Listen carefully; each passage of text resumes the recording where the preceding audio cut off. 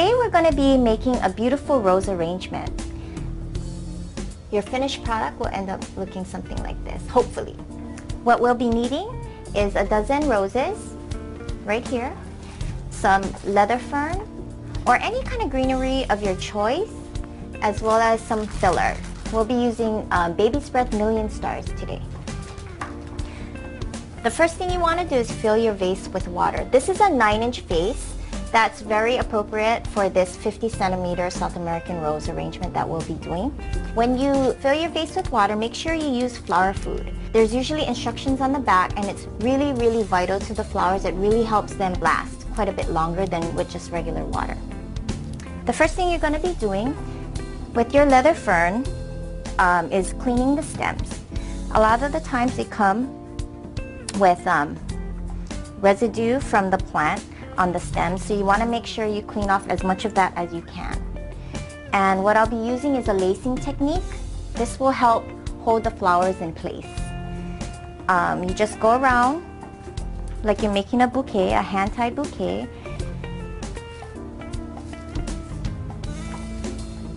And you want to make sure you insert some stems down the center. As you can see, I'm just holding it in my hand and weaving the stems through the other stems. So this creates a grid. When you feel you've had enough, usually we use anywhere from 8 to 12 stems of leather fern. Now if you're using a different kind of greenery, you might require more or less. So you get a really nice full effect around the edges as well as through the top. Then you cut your stems down to the appropriate length.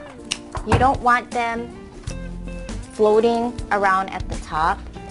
You want to make sure they're in there securely, but you want to make sure they're long enough so that they're at the bottom of the vase. Next, you have to process your roses. These roses, today's roses are pretty clean. The stems are pretty thornless, but if you do need to get those thorns off, as you can see right here, you can use what's called a rose stripper, but you don't really have to get this. You can just use your clippers or a knife and just go down the stem and just kind of cut the tips off. Okay. When you buy a bunch of roses, you usually have two lengths, a shorter length and a longer length. So I usually start with the shorter length and I separate that from the longer length. What we're going to be doing is inserting the stems into the vase, but make sure you get a nice clean cut on your stems at an angle right before you put it in the water. Once the stems dry out, it won't drink, so you want to make sure they last, yeah?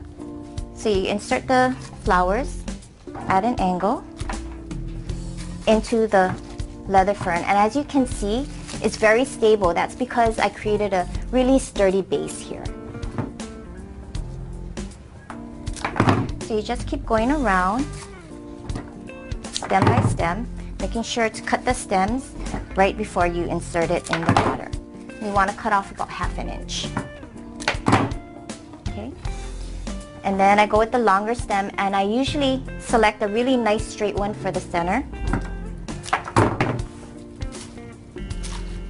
So now I have a domed effect. And then with the rest of the roses,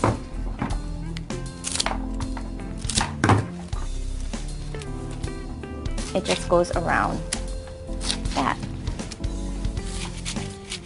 And sometimes you have to manipulate it so it'll go in where you want it to. It doesn't always listen, but they're living beings, they're living flowers, so you have to listen to them. You can't force your way. And then sometimes you have to pluck out what it called guard petals.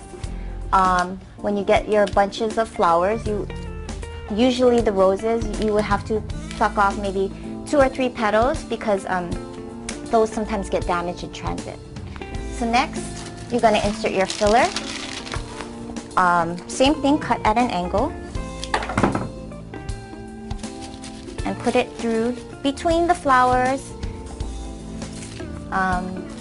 making sure not to break the stem.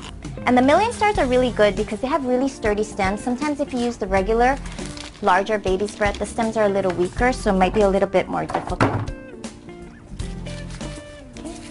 And then in the end, your finished product, you can accessorize with a ribbon or whatever you want to do.